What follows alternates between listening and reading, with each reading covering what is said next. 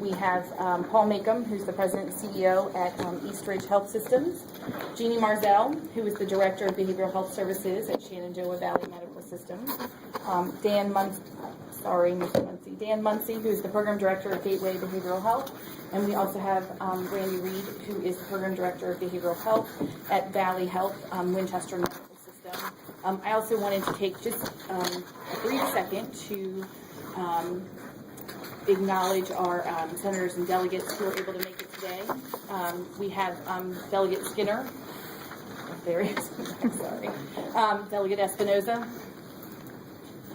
and Senator Unger.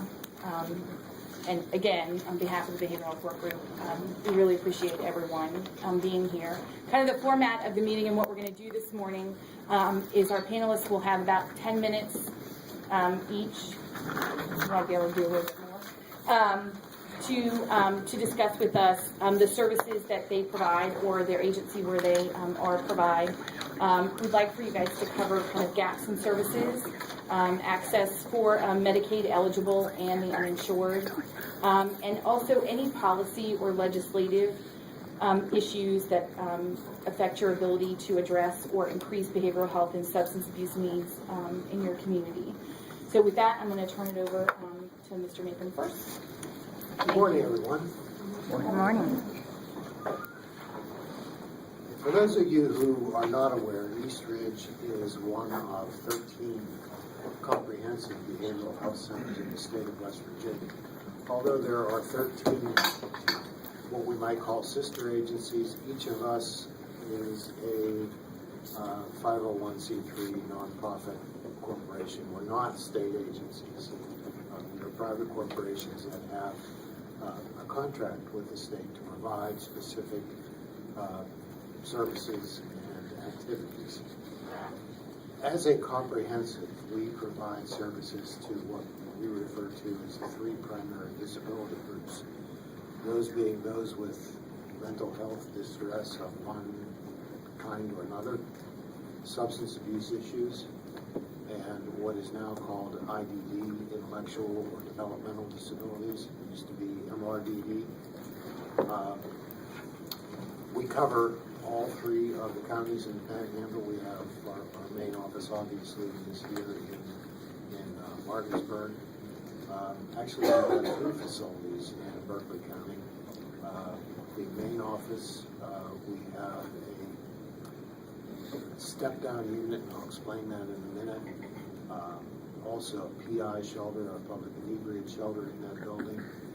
And we also have the NG Grove Center, which used to be the Eastern Panhandle Training Center before Eastridge took that over. We have an office in Berkeley Springs, and we have an office in Carneysville. At the present time, our staff exceeds 250. We're closer to 300. That varies almost on a day-to-day basis. The vast majority of those folks are high school educated folks who deal one-to-one with primarily the IDD population. Unfortunately, one of the services that is missing now is that same kind of one-to-one care for folks with severe and persistent mental illness. Many of you have read or heard that we have a problem. Dan may disagree with me. We have a problem with overbedding of the state hospitals. Many patients who would go to a state hospital are diverted to psychiatric units in hospitals like City, UHC, any other private hospital that has a psychiatric unit. That all began when funding began to be decreased for mental health services. We lost many of the services, many of the intensive services that were designed and were effective in keeping people out of inpatient care. From the time, there's a direct correlation. From the time those kinds of services were diminished or lost altogether, the population at the state hospitals and the diversion hospitals began to climb. Mental health services range from your traditional outpatient, come in and see a therapist, talk about issues for an hour or so. We have 2 physicians, 2 psychiatrists, board-certified psychiatrists on staff, so we can do med management. We also run intensive outpatient programs, which is a group setting that meets several times a week. As I said, we have a step-down unit with a capacity of 8. We have 8 beds. That is used for folks who have reached maximum benefit from the structured environment of either a state hospital or a psychiatric unit, but they're not quite ready to re-enter the community. So we take them for a varied period of time. Could be a couple of weeks, it could be 3 or 4 months. And our job is to, I said we have 3 jobs. One is to introduce them back into the community, get them used to doing community activities, going out, going grocery shopping, getting laundry done, that sort of thing. The second part is ensuring that they can and will take meds as prescribed. And the third, and perhaps the most important function, is to get them back into their home community. Understand that many of these people are not Eastern Panhandle residents. We take folks from as far away as Logan and Bowell, anywhere in the state. And we have case managers who work with that county to find a residential setting for those people. You cover IDD, it's easier and leave the hardest one for last. We have approximately 130 persons with a retardation or a retardation related, such as autism disorder, that we provide a variety of services for. We have some residential services. We're down to 2 group homes. We're down to 2 group homes because I don't believe in group homes. Sorry, I'm just having trouble hearing you. I'll yell. We have one of my goals was, instead of using, excuse me, when I came here 5 years ago, we had, I think, 4 group homes. It's much better to place someone in a living arrangement that they consider to be their own. Okay? So, with the income they have from Social Security or disability or family helping them out, we help them find an apartment or a small house to live in. And then we staff that 24/7.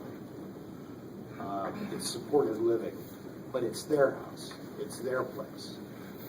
So the majority of the folks that we have in residential placement are now in their own places. We have 5 of those what we call alternative living units. So we're moving away from, we're probably never going to move away from the 2 residential facilities that we have, group homes. But we have moved away from the group home kind of idea. The folks that we have in group homes now are those who are severely limited. And we have, the facility has virtually every assistive mechanism that's needed to care for those people.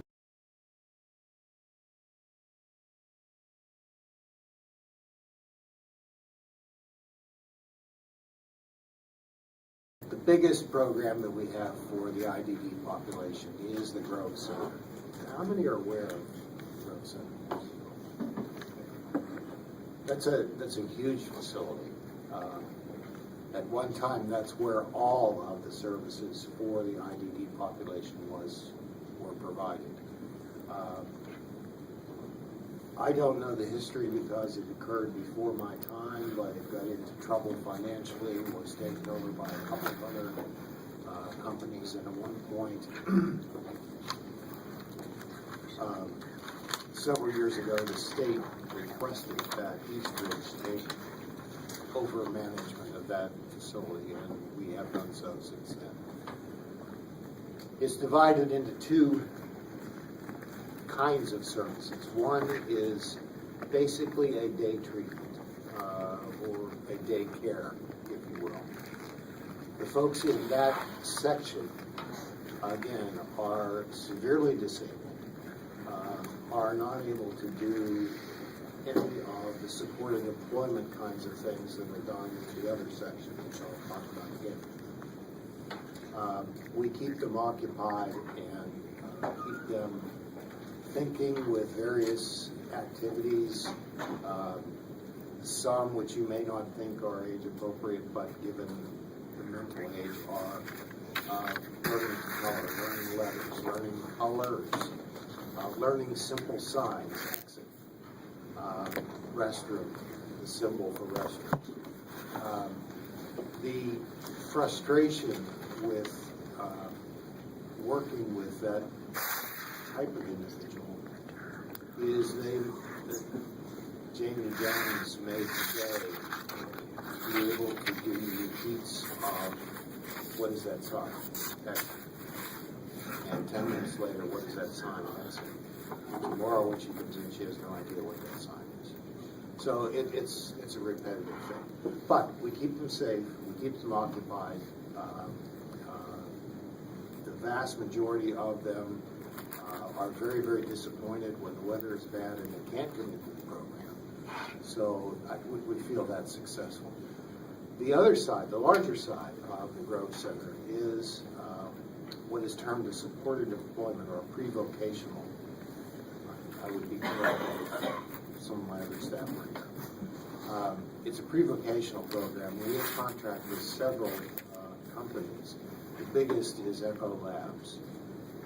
As a matter of fact, right now, we don't have the personnel to do anything more than our Echo Labs contracts. And basically that varies, but the biggest one is taking, anybody familiar with Echo Labs? Yes? Okay, they produce a variety of products that are bottled in plastic containers. We label the bottles. And that, pulling the other out, labeling brings it under the gun, and it's a more complicated process than you might think, because many of the bottles take more than one label, and people have to know what goes where. The labels have to be in a particular place, and certainly not crooked, wrinkled, or whatever. Clients get paid for the work, depending on their abilities, depending on their speed, if you will. We do an assessment of each client in terms of what their abilities are, how much work they produce, and they get a little paycheck every 2 weeks, which I think is extremely important. I've just been told I have 5 minutes or less. So let me move on to the third area, which is substance abuse.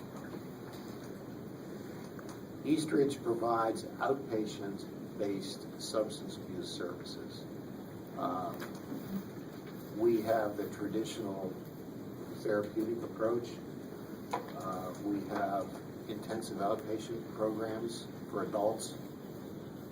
And we have Suboxone, which is a drug that takes away the need or the desire to continue with opiates. Our Suboxone program is a two-part program. One is the medication, and secondly, anyone who receives the medication is required to be in therapy.